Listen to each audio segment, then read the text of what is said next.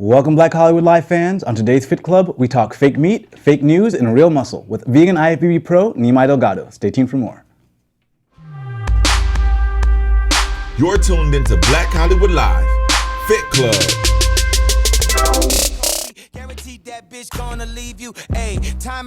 Welcome, Fit Clubbers. We are all waiting for the chorus to drop. Again, my name is Shaka Smith. You can find me on Twitter, Instagram, and Snapchat, Shaka Strong. Joined by my lovely co-host T.K. Trinidad and our guest Nimai Delgado. How are you guys doing? Doing good. Hey. And where can they find you, Mr. Trinidad? At everything at TK Trinidad. Mr. Delgado. Same thing. Everything Nimai Delgado. Nice. Just glad that you're joining us here. I get a lot of questions about being vegan and building muscle that you can answer for us here today. I would love to. And you've been a vegetarian all of your life, then a vegan in 2016? Actually, the last 4 years. Okay. So just coming up on 4 years. So vegetarian since birth, but then vegan, completely plant-based the last 4 years. Wow. So yeah, we definitely got to talk about that. And coincidentally, our first story is about fake meat. In Missouri, they passed a law that says that you cannot put the words meat on anything not derived from harvested production, livestock, or poultry. And it looks like it's the meat industry's kind of pushback to, I guess, the trend of veganism. I didn't realize Missouri was already experiencing this. But how do you feel about that? Have you seen a pushback against sort of the vegan trend? I think there's always been a pushback, but I like I said earlier, I think this is like a real victory in regards to like the vegan movement, because if those guys are spending good money to get a law passed to kind of counteract all the work that, you know, what's been going on for so many years.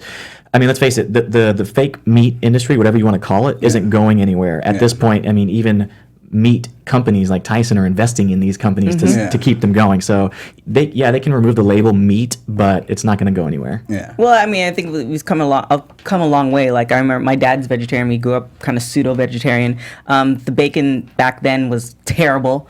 Now the alternate options is like, you know, the chicken wings that are not, you know, chicken and the finger. The fagins. They all taste really good compared to, you know, years ago. So of course they don't want to lose that money. And I think because, you know, for instance, in Los Angeles, you can go to the grocery store and get a whole bunch of vegan options. If it's kind of already taken over the major cities, I'm guessing it's starting to kind of go into the Midwest and stuff like that. So they kind of want to separate the two, and maybe the companies that are local are feeling, you know, that kind of threat. Yeah, and have you ever known anyone to buy something at the store, think it was meat, and then realize, oh no, it's vegan? I don't think of people in Los Angeles, but I definitely think it's possible. Yeah, definitely. Maybe that's how this all started. That's never happened. They got those chicken fingers that said it was like... and they're like, what is this? Yeah, they didn't read the small print. Soy. Yeah. Oh, no. Well, yeah, because the Missouri Cattlemen's Association says it's about marketing integrity, but I feel like the products are usually clearly labeled, and even in the store, they kind of have their own sections.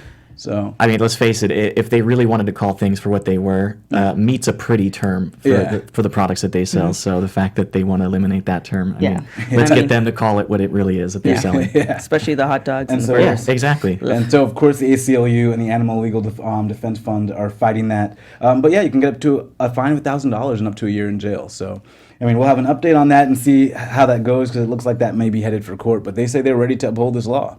But is the vegetarian vegan options, do they say... I don't think many of them say meat. Are they trying to ban meat or meats adjacent? Like, are they... They're saying basically you can't put the word meat on something that doesn't come to, like, actually from the cow. And it's actually going to kind of test what they do, because they're saying not even clean meat will work. Clean meat's the meat that they can grow in a lab that has nothing to do with an animal, but that's about to hit the market very soon. I don't know if I want that either. That sounds terrible. Well, you know, I'm going to look into that. Is that something you would eat? I've been asked this question before. Because you're an ethical vegan, or you kind of went in that route as you went to veganism, right? Here's the thing for me is I don't care to have anything that's like incredibly realistic to the real thing. So really, it doesn't make a difference to me whether it's like grown in a lab or it does. I don't know. It just doesn't sound good. So is it meat grown in a lab or meat alternative grown in a lab?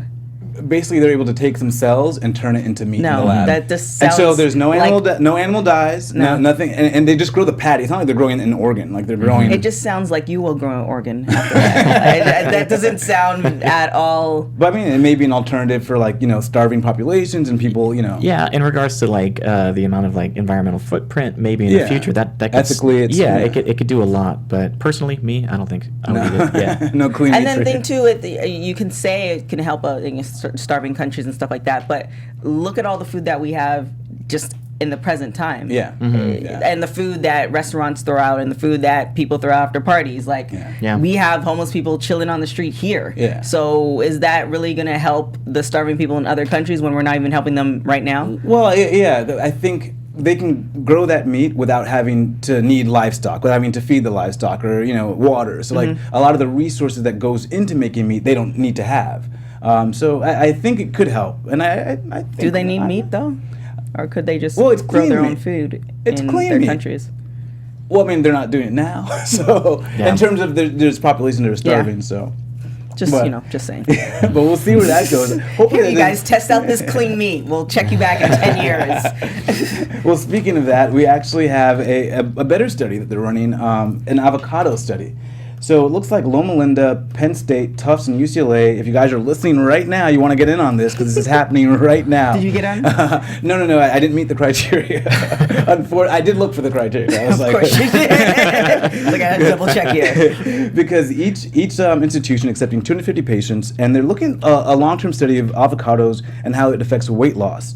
So one group will have to eat 1 avocado per day, and the other group will have to eat 2 avocados per week. And this will be a 6-month study, and you get, at the end of the study, $300 and 24 avocados. So, and they're saying, avocados are really good in fat, and so they want to actually see if this is true. It's sort of something we all kind of know, but we don't have any study to pinpoint whether it's actually helping your weight loss goals. Have you experienced with avocados the magic? You could sign me up right now. I eat more than 1 avocado a day. I at least eat like 1.5, maybe 2 sometimes. But I'd be interested to hear more about the study in regards to the control of the other part of the diet. You know, adding an avocado to your day is like adding, 15, 17 grams of fat and a couple more grams of fiber. So I could see the health benefits from it. But if they're eating McDonald's, In addition to all that, then I'd like to see a little bit more about that study. But I think part of it will be, will they naturally replace certain things because they're feeling fuller and feeling more satiated? It just depends, because if you're used to eating crappy food to begin with, if you have the avocado, I mean, you could do a lot of not so great things with avocado, like, as far as like the salsas and stuff like that, but adding sugars and stuff like that. So it just depends what they do with it and how controlled, because... But I would think if you had the avocado and you never ate it before, you might have like half the bag of fries. I don't know. Or dip your fries in the avocado. I mean, who knows? Yeah, it's free for all. So it depends on how controlled this is. Well, I would like to see the results of that study, though. So it's a 6-month study, and so if you guys are listening, that's Loma Linda, Penn State, Tufts, and UCLA. Are there any things that you kind of know to be true that you've found secretly in the bodybuilding world, but aren't, because like this, we kind of know avocados are healthy for you, but we have no studies to back it up? I think there's a lot in the bodybuilding world that's kind of passed down generationally. I call it bro science. So the problem with being like a vegan in that industry is kind of convincing people to unlearn that science that that one big dude at the gym told them. So that's kind of my whole mission, is kind of helping people understand that there's another approach that can still yield the same results, but also yield health from the inside out. So adding things like avocado, I mean, that's a huge staple of my diet. Other bodybuilders would rather just drink coconut oil. And speaking of coconut oil, our next story. That's a good segue. I was like, let me take that segue. Let me run with that one. I like it. But speaking of coconut oil, and we actually have an update on this, but this was a story, was Karen Michaels from the University of Freiburg called coconut oil pure poison. What we do know about coconut oil is that it's got high in saturated fat, something that wasn't publicized with the coconut oil sort of trend of a few years ago. High in saturated fat, so basically it raises your LDL, but it also raises your HDL, which is good for you. And your HDL can sometimes actually clear the LDL from the bloodstream. So, and they think that's caloric acid in coconut oil. So that's sort of why coconut oil is on the fence. But they definitely know it's better than butter. But it's going to be a little bit worse for you than olive oil or canola oil. And so how do you deal with that? Kind of these trends that look healthy, that we kind of all buy into. They found that 2016, 72% of people thought coconut oil was healthy. That's how they labeled it. How do you deal with trends like that? It's hard because on a social media basis, people take things for face value. So somebody online that looks good and they say they, use coconut oil every day in their coffee and other things, and they follow like a keto diet and they look good. So it's really easy to believe that. But the trick about somebody looking good is that doesn't mean they know anything about nutrition, and that doesn't mean that they're healthy on the inside. Yeah. And let's face it, coconut oil is basically just really processed coconut. It doesn't come with the same package that that the oil in real coconuts come with. So essentially, it's just another added oil. And if you know much about nutrition, you shouldn't be adding so much oil, especially like coconut oil is one of the plant foods that contain saturated fats, which, as we know, most animal products contain saturated fats, which lead to higher cholesterol, which leads to heart disease, which leads to, overall unhealthiness. And I was just surprised because I thought there had been studies on this already, but I guess there just haven't been. Well, I mean, it feels like you have to first listen to your body, but your body has to be in a good position for you to be able to listen to it. So that's one thing. But also, too, when we have these things that, okay, this is the thing of the season, either it be like raspberries or blackberries 2 years ago or apricots or whatever, it just seems like you shouldn't go full force into that thing of the season. Like it should be common knowledge that you should have everything in small dosages. Like, they said, I think years ago, margarine was better than butter. Now butter is better than margarine. That doesn't mean that you should have a whole tub of butter or margarine that week because they said it's good. So it's just kind of like, for me, even say if you do have the coconut oil, that doesn't mean you have to like saturate it because they say it's good. So it's just variety is definitely, I think variety is the key of life. And also too, you have to listen to your body. If you feel like you're sluggish or this or that, then you start eliminating certain things until you figure out what it is. It just seems like common sense. Common sense. I'm usually super cautious, but I just remember the consensus around coconut oil was like, there was no doubt whatsoever. It was like pretty You could use standard. it for anything. Use it for your skin, your hair, everything. So it wasn't like one of those things that was sort of like a small trend. It was like everyone was sort of kind of co-signing it. And, we know that a tablespoon also has 120 calories, so it's very calorically dense too. So you do have to watch how much you use if you're going to use it. But in breaking news today, as the breaking news button. as luck would have it, Srinivas Murthy, the Horticultural Commissioner of India, has come out and said that Karen Michaels, University of Freiburg, who said it was pure poison, needs to retract this right away because that's a leap too far. And I think she's actually correct. She's saying, look, it's better than butter for you. You're telling these populations of people that are using this thing that now it's called pure poison. They might go pick butter now because they're hearing this, So you do have to be responsible. I think that's something we all think about, is being responsible with your words and how you label certain things. So there is some blowback from there. We'll see if Miss Michaels responds, but maybe we'll have an update next week. But what do you think about that? Do you think I'm sure you think it's important, but how do you deal with that on an everyday basis when you're giving advice to your clients or your friends even? Yeah, you know what? I think people tend to look at things from like a reductionist point of view, so they tend to isolate everything. So like they isolate coconut oil in this instance, and they say like it's super healthy for you. But like you have to look at the big picture, and maybe the person that made that statement about it being poison sounds like an emotional statement, because coconut oil obviously isn't poison. But if you drink a gallon of it every day, it could become poisonous, and toxic to your body. So I think the term, you hear this a lot, everything in moderation. But even for that term, I think that could be misleading because everybody's moderation is different too. Because for me, moderation would be 1 tablespoon of added oil to my whole day. Moderation to somebody else would be reducing it from 10 tablespoons, a tub to a tablespoon. So I think it's important for people to understand that you have to look at the big picture. You can't just take a look at one thing at a time and call it the devil, and then this thing call the savior. You know what I'm saying? It's too simple. It needs to be complicated. Tell me I can't have coconut oil because it's bad for me, or I can, or whatever. Like I just don't understand how it's just not. People just don't understand that you can't. You read this article doesn't mean you need to apply it daily to your life. So, but But I think we to a certain degree, we almost live in a culture of fear where we're like fearful that we're doing the wrong thing. We want to do the right thing, and then we read this article and it completely shifts what we thought. Right. So well, confusion is the name of the game, right? I mean, this person's going to say it's the best thing for you in the world, and this person's going to write another counter article and say that's the worst thing for you in the world. And at the end of the day, people have death by indecision, and they just continue doing the same thing they've always done. Right. But again, just listen to your body. Like it's one of those things where like what works for you, and it just there's you feeling great versus you feeling crappy is two different things. Like for instance, like my body was terrible. I did 4 days of yoga. I haven't done yoga in like a year and a half. My back feels better. Like the stretching is what I needed, and I also cut out sugar. I think I'm on like week 3 or something. Like that's what I needed in order to have the energy, in order to feel better, in order to feel like I'm not 65 years old, which I'm not, but still, you know what I'm saying? Yeah. So, you know, just clarify. It's the coconut oil. Yeah. But it's just kind of like one of those things where you just do everything in moderation according to you. Yeah. And like you kind of should know that eating a tub of ice cream is not the best thing for you. Yeah. Like that would make You sense. would think it would be that simple. Yeah. Well, how do you deal with this? Because I've had this happen where someone wants to, or they talk about going vegan and they say that they went vegan and it was actually wreaked havoc on their body and they had to go back to eating meat and what have you.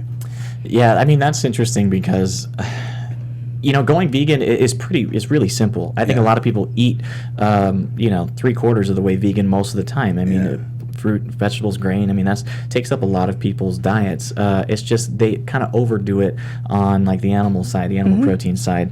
So just getting people to understand that you can just easily cut that out and replace it with more of this other stuff that you're already eating. Yeah. And it's not as complicated as it seems, and it can be a process. It doesn't have to be overnight. So that's what I continue to tell people is like, do the elimination way. You know, you tell me you did it in a couple years. Yeah. You know, go from traditional omnivorous diet to just cutting out red meat. That's number 1, cut out dairy. Number 2, cut out, fish. Do it in a process. That way you set yourself up to make it sustainable, because what happens is people are like, all right, they watch one documentary, they watch What the Health, and they're scared to death of going down the meat aisle because they think they're going to catch cancer. And they, because it happens to me. I get messages all the time, and they're like, okay, I'm going vegan today, right now. Yeah. And then a week later, they're like, yeah, it was too hard. And I'm like, because you tried to change your life overnight. Like, think about, you went 20-something years eating a certain way, and then you're trying to change it overnight. Like, you have to have a really good reason why to stick to something. Because once one thing gets challenging, then people give up really easily. Yeah, I always groan when people are like, oh, I'm going vegan today. And I'm like, oh, wait, let's take it back. Let's just cut back, just like not have fried chicken. Let's start there. Like, period. If you could not have fried chicken for like 6 months, and let's gradually move on. Because usually, like, folks that like want to go vegan or vegetarian, that's the one like thing that I hear is like, nah, I'm not.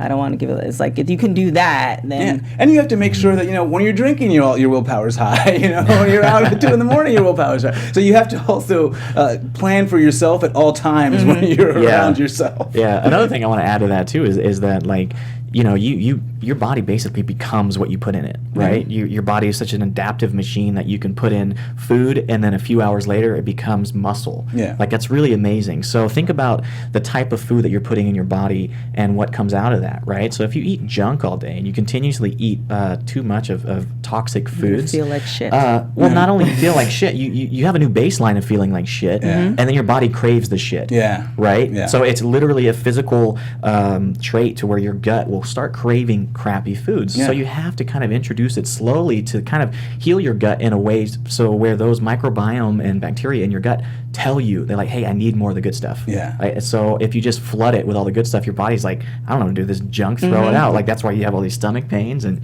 you go to the bathroom and Yeah, and I think we're just at like the tip of understanding that. I feel like none of this was talked about. At least growing up, none of this was talked about. And I feel like now I hear a lot of people talking about gut health and the biome. Well, I don't know. I kind of think, in my household, we had, like, my grandmother was cooking meals. Like, we had meals. Oh, yeah. Like, I feel like every day I going somewhere and I'm seeing these little kids who are overweight, which is saddening and also shocking that the fact that they're 3 and they're like, trudging around, but they're standing in front of a McDonald's. Yeah. Like that. And the thing is sad is because they get attention for being cute still, because they're still kind of, I mean, so it's almost, the chubby cheeks and all that other stuff. But for me, that was a luxury. Not a luxury, but that was a treat. Yeah. That was never an everyday thing. It's like, okay, we might, it didn't matter how often we drove past those Golden Arches. My dad's like, we're not doing that. Yeah. So that's how we have to treat it. And then people are always saying, oh, well, healthy food's too expensive and all, and that's just not the case. Yeah. But to have the healthy food and then break it up, and it takes a little bit more time than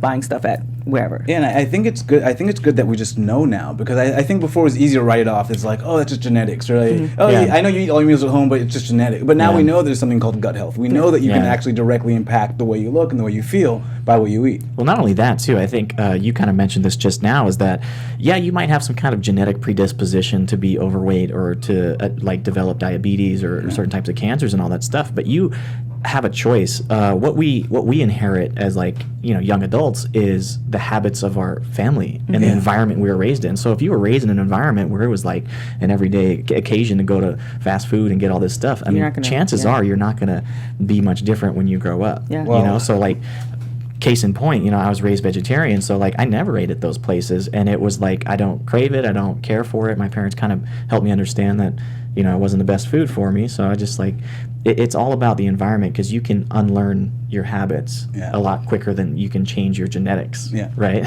Well, I'm going to take that segue and say white people food is an unattainable picture of health, but it really has to do with how we're raised and what we identify with culturally.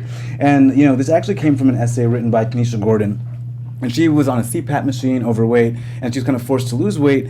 And all these healthy foods she had viewed as white people food. And so it was immediately off-putting to her, because a lot of the images she saw around some of this stuff, the quinoa and the chia seeds, this to her was just completely foreign. And not having the food she was used to culturally kind of felt like you were kind of invading some kind of, I guess, sacred space. And to a degree, I understand that. If someone's coming in and telling you can't have this and you can't have that, and all the stuff they're telling you is all your traditional cultural food, it almost feels like an attack on culture versus, here, I just want you to be healthy, here are the foods you should be having. So I kind of, you're not feeling, but don't you feel that, though? No, she should just get a different nutritionist. No, she felt, though, as you mean like in terms of getting healthier food. The person who's telling her the food that she can't have, then she needs to get a person that is familiar with food that has to do with African Americans. Yeah. Like, it's not there's no, like, African American food on a whole is not bad. Wait a minute. You have the portions. You have certain things in every culture that's not good for you. No, but the nutritionist was black, and so that's why Well, then she needs to get another one. And she was the only nutritionist, and that was part of it. Is that in this entire town that I forget what town she was in, there was only one black nutritionist, and so she went to her because she knew that she could kind of like. But even the black nutritionist had to say, look, you have to ditch the fried chicken, you have to ditch the collard greens that are cooked like this. So, but to her, that was still sort of like an invasion of that cultural safe space. But you could do fried chicken on a healthier, as far as using different breading, and like you could do different options. Not for her. She was at a stage where she had to cut it out right now because the CPAP machine, she couldn't breathe. She was like.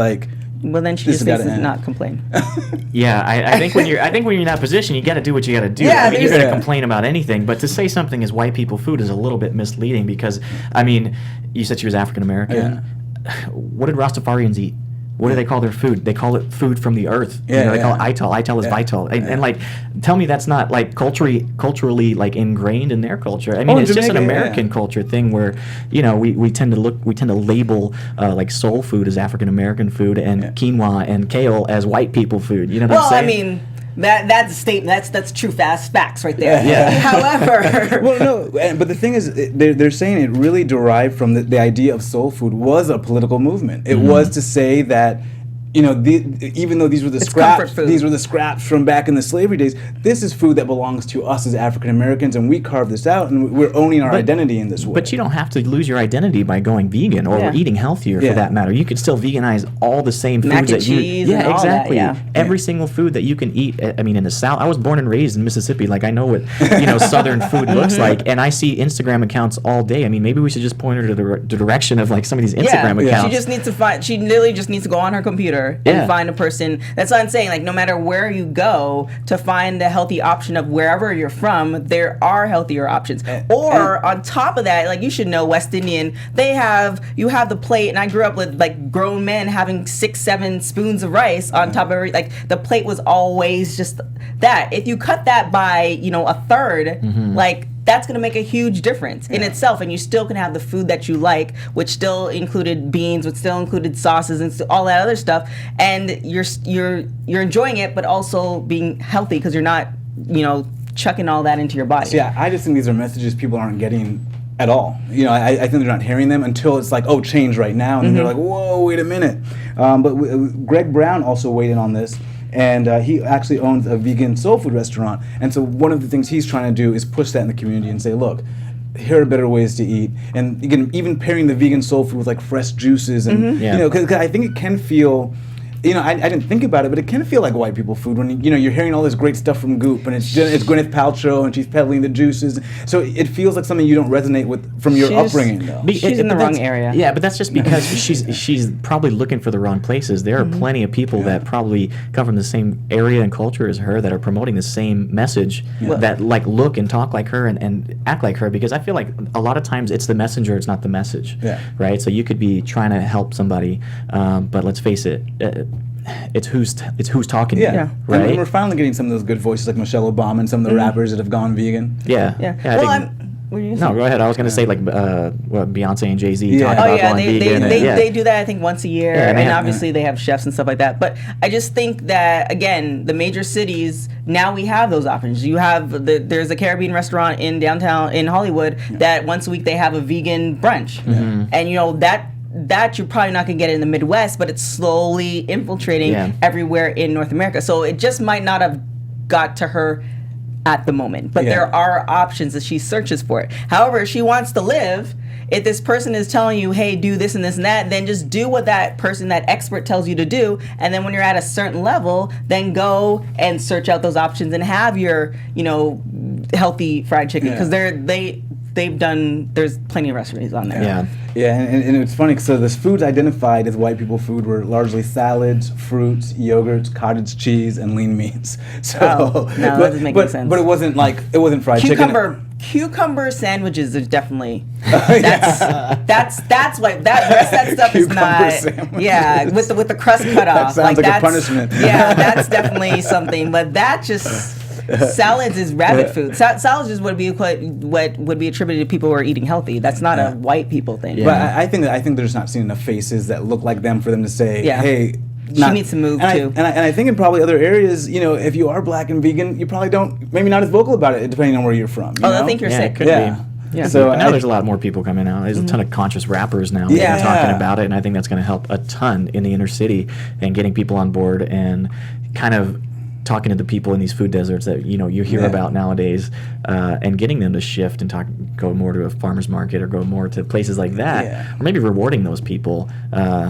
There's so many other routes we could go down with this conversation. I think it's less of race and more class. I think it's marketing to people that can't necessarily afford it, and then when they go to a place like Sweet Green or some of these restaurants, they're just kind of outside of their price point. Right, makes it tough. So then you have to cook at home, and then you might be in a food desert where you can't get the organic food that you need. Well, I mean, first off, the first thing to deal with is the food desert. Yeah, that's the first thing beyond white or black or whatever. Like just getting fresh food. Yeah.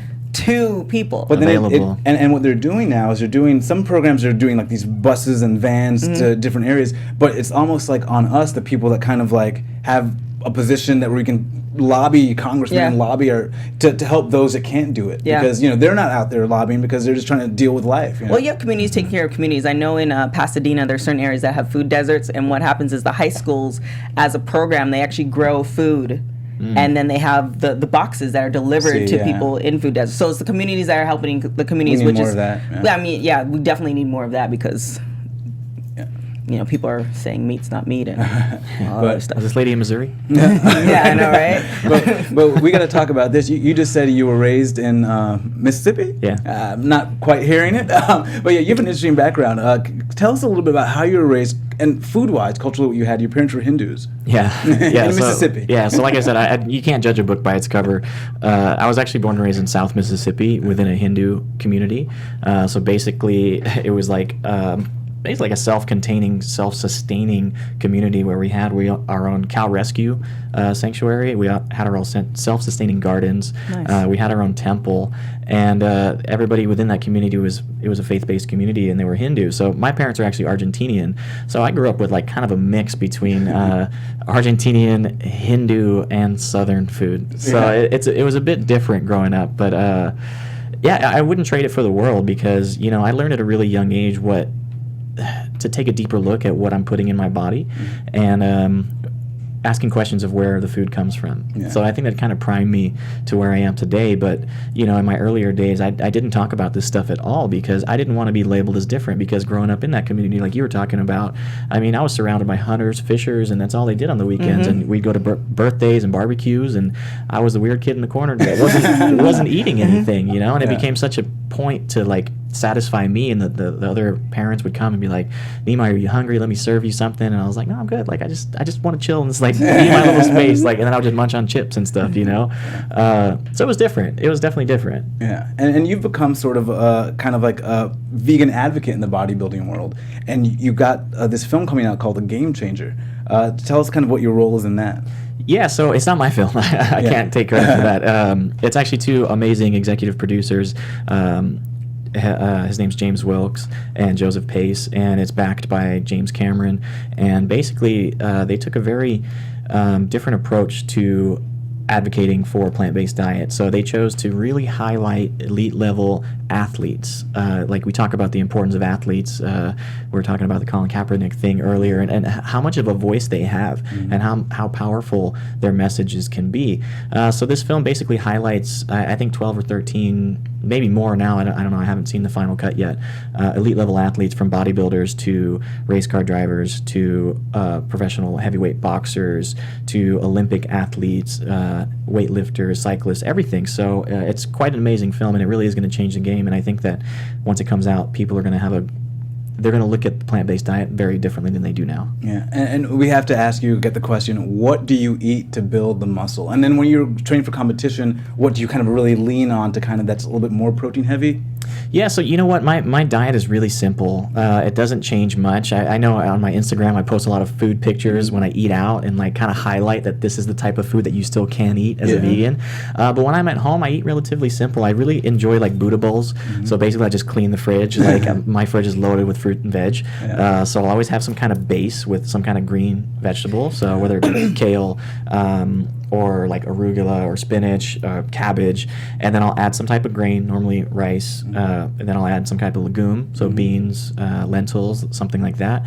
And then for added protein, I do like tofu and tempeh. Those are pretty much my main two. I used to do the fake meats, if we can even call it that now. But I kind of stay away and go a little bit more whole food plant-based. So when I cut down for competition, I just eat less of what I already eat. I don't manipulate too much of my diet. Like you hear about guys that don't eat carbs at all leading up to shows. Dude, I'm slamming carbs all the way up to shows. I'm slamming fruit, every day. I make these gigantic fruit smoothies and just loaded with tons of health food. That's good to hear. That's great to hear. It just sounds like you stay, it's almost, it sounds like the Mayweather approach, meaning that Mayweather, when he was fighting he never gained a ridiculous amount of weight. He always stayed consistent. He still went on his runs. He still went on. So when it came time for a fight and he's 7 weeks out, he's good. Yeah. I remember him and Canelo were actually going on, they were about to do a fight, and they did a 24/7 type thing, and Canelo was trying to cut all this weight, and the food's all small, and Mayweather's just okay, I'm just eating how I normally eat. Yeah. And so that's kind of the important thing to stay or get to a point where you're consistent with your food, so that whether you're doing competition or you're training for something or you're going on vacation, it's just some slight modification which will make the difference versus oh my God, I need to juice fast for 21 days or something. Yeah, exactly. And that's the thing about bodybuilding in particular, is that people tend to look at their food as strictly a diet. Yeah. You hear about these bodybuilders that go bulk cut all year round. Yeah, which is crazy. Yeah, and you know what? For me, it's just a lifestyle. Literally, I don't change much of my diet. I just change how much of it I eat. So it's relatively easy for me, and it's funny because my bodybuilding peers, they see what I do and they really respect what I do.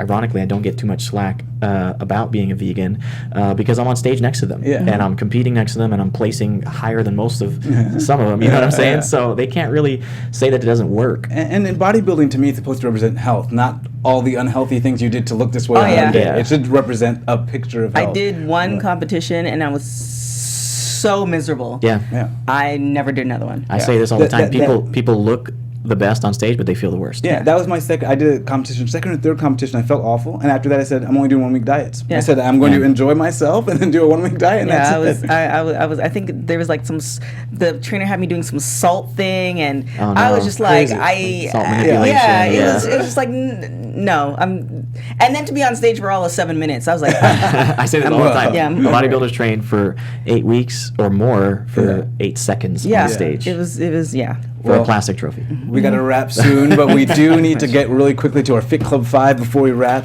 We're going to be 5 rapid fire questions, quick answers, whatever comes to the top of your head. Cool. All right. So, did we have music for this? I don't think we did. So last person you text. You. Dream dinner guest.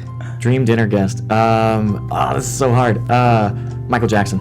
If you were a crayon, what color would you be? Green, I guess. If you were a superhero, what power would you have? Ooh, definitely flying. And if you were on death row, what would be your last meal? Oh man. Probably a smoothie.